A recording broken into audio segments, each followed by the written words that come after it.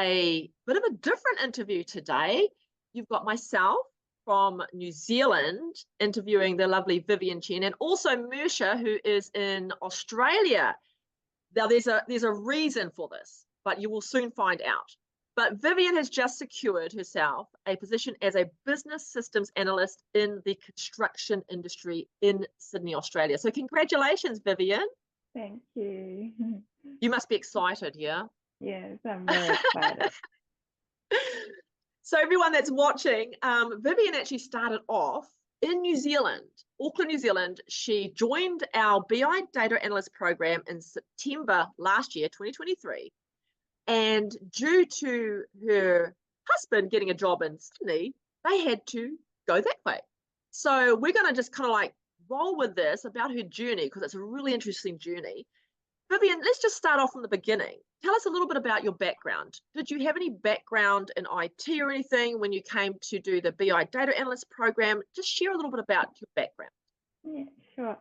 So I was originally a dog groomer in Auckland, New Zealand, and I got the opportunity to take over the business and run the shop. And during managing the shop, I found that I really like analyzing stuff, and I'm very passionate about this area.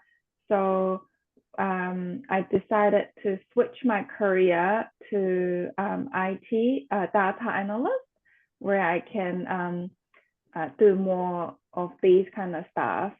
And because it was completely a new area for me, I needed to kind of like start over. Yeah, so I was searching online, what are the courses out there, and I found Industry Connect. You have a lot of practical aspects and very how do I say it, like internship and those workshops that it's very practical. So I think that's a big point for me, that comparing with other courses, I think this is more effective in terms of what I'm looking for, because I'm looking to get into this IT industry. Yeah. Yeah.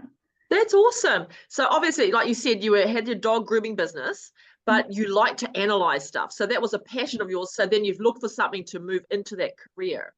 That's amazing. And you web searched. So that's awesome that you found us that way. And obviously we met with you and everything like that. And you jumped into our BI Data Analyst program. So how did you find those first 6 weeks? Those are 6 weeks, everyone that's watching this. Our job ready programs are 6 weeks in length. So Vivian, tell us a little bit about how you found the program and what really worked for you. Yeah, the 6 weeks program is really good, because there's recordings. Sometimes because of the everyday commitment, I can't jump into those times where the tutor is giving lecture about the BI course. And so I found that the recording is very helpful, and I can keep going back and keep watching it again and again. But also when I have time, when the time match, I can be in the class and then ask questions, and I feel that's very helpful as well. So I have 2 options: watching the recordings or be in the class and be interactive. And I find that really useful. It is quite good with the recordings. Like you just said, sometimes things happen, right? And you can't join the live session. So if work happens and you've got to do something, and you can't make those live sessions, then you've got the recording and you can still ask questions in our Slack channel. So we do have a lot of people that are doing night shift, and that's how they actually go through and do the transition into that career pathway, because they can only watch the recordings. So interesting that you did both of those. That's awesome. And then So after you did the 6-week job ready program, you went over to the internship with MVP Studio. So you started doing that here in New Zealand. And then, so how did you find the onboarding? How did you find when you went from the 6 weeks into the internship with MVP Studio? How did you find that transition? Was it a little bit of a, or was it like smooth for you? It was pretty smooth for me, because I already learned the basic from the 6 weeks training, and what I need to do during the internship, there's like tasks, but it's mainly we need to go and research and find solutions for ourselves as well. And I think that's really important. This is another skill that I learned a lot through the internship, that you know, when we are going to a real company to work, there's no one just gonna give you every single little detail solution. Exactly. Or Yeah. So you kind of like learned how to find solutions without having to go to everyone. Obviously, you had a mentor, but you actually made sure that you looked at every avenue to find a solution and only reached out if need be. Is that right? Yes. Oh, that's Yes. awesome. And So then, so you were doing the internship, and then boom, you had to go over to Australia. yeah. And so how was that? That was a big transition. Yes. Yeah, I was new to Australia. I don't know anyone here, and I think I got a lot of support from the community, industry community. That yeah, people are very friendly. And then I attend a coffee chat in Sydney as well, meeting all the other team members, and yeah, it was really good. Awesome. So now you're in Australia, so I want to pass you over to Musha. Yes, so yeah, we did have our coffee catch up with all the interns, which was really a great opportunity for everybody to meet, because obviously with the internship being remotely, we don't always get that opportunity to meet. So yeah, I think it was really great. Everybody got together, got to know each other a little bit more. But when you got into Sydney, how far were you on your tasks in the internships, during the internship? I already finished all the tasks while I was in New Zealand. So Okay. yeah. So you were then mainly just started applying for jobs when you arrived? Yes, basically. And I just keep learning and doing the other projects that I have. Okay. And how did you approach your job search? So I basically have like a everyday schedule routine. I wake up in the morning, and from 8 to 9, I need to go through all the like LinkedIn, Indeed, or the website. That's what I give myself. I need to go through all the jobs, see if there's anything that match my criteria, and then I applied. I save all those job posts and then apply it one by one. So that's kind of like my daily routine to go through. Yeah. And all right. So yeah, and I think it's kind of good that you had that structure.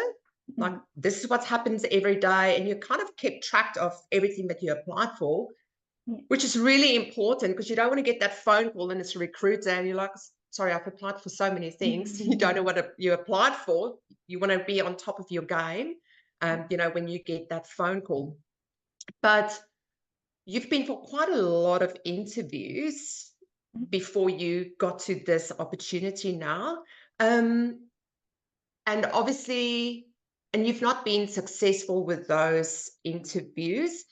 How did you approach that obstacle, if I can call it an obstacle, when you didn't get that outcome that you were looking for, and you got the news you've not been successful? How did you approach the mindset to stay positive?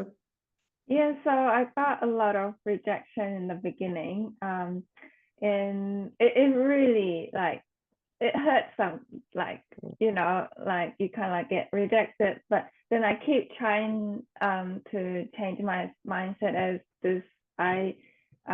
What I learned from this interview and what I can improve, and this is a practice, because a lot of time in my mind I think, oh, interview should be in this way. I should do it like this to impress the interviewer, and I need to do this. But then when you are actually in the interview, your head just like went blank. And so I think just one by one, each time, I just feel more natural, more comfortable, because I'm more used to the interview environment. And then, so I think even though I know what I need to do, but without this practice or actually doing it, it's like hard to manage to how do I say it? To actually do it, like actually doing a good job at the interview.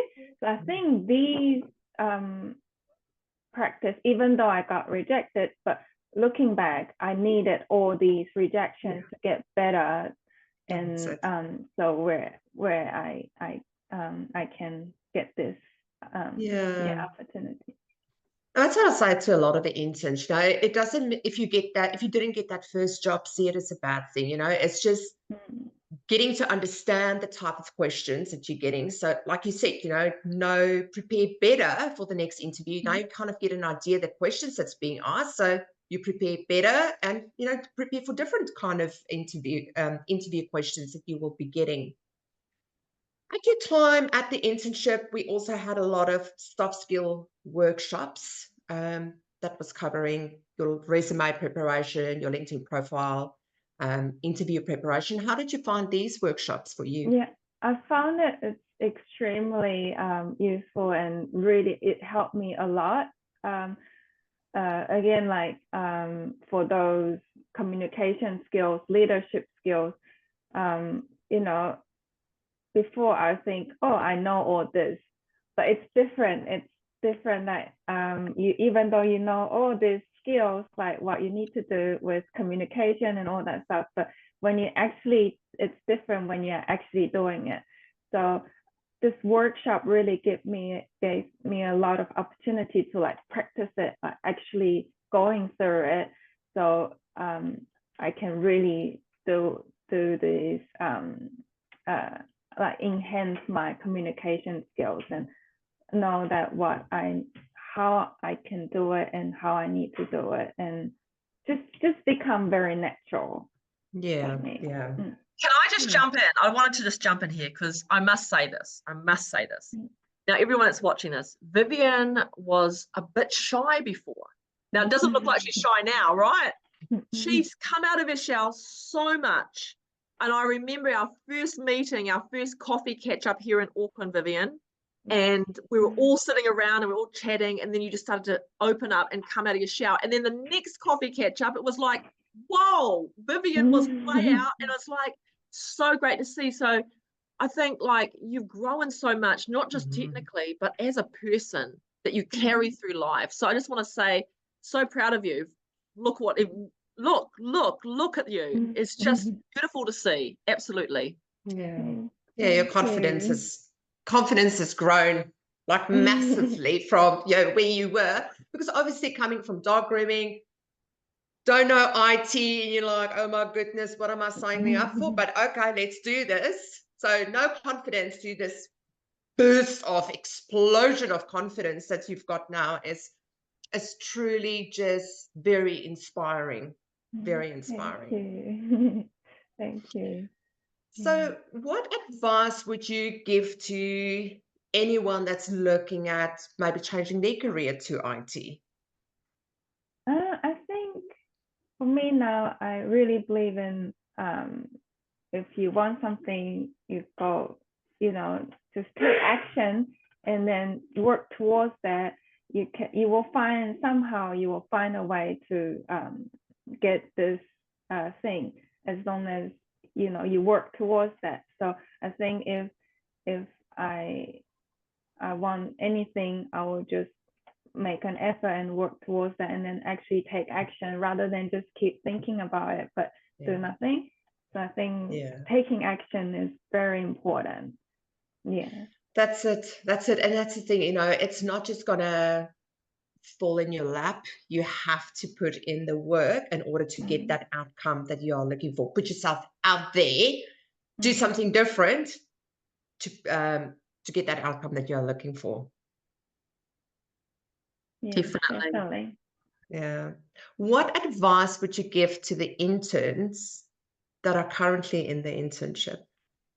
I would say, yeah, just don't give up, because I almost give up as well, because I know that this journey can be really stressful and frustrating, and you kind of like, after going through all the rejection, I was really like stressed, and I almost lose my hope. But I'm glad that I did keep my hope up, and then try to get back on. And then looking back, all these rejection really did help me, like kind of like help me to where I am here now. So I think just keep going and keep believing yourself and keep doing what you need to do, and to move forward to where you want to be. That's great advice. Thanks, Vivian. Yeah. Well, thank you so much for your time. We wish you all the best in this new journey for you.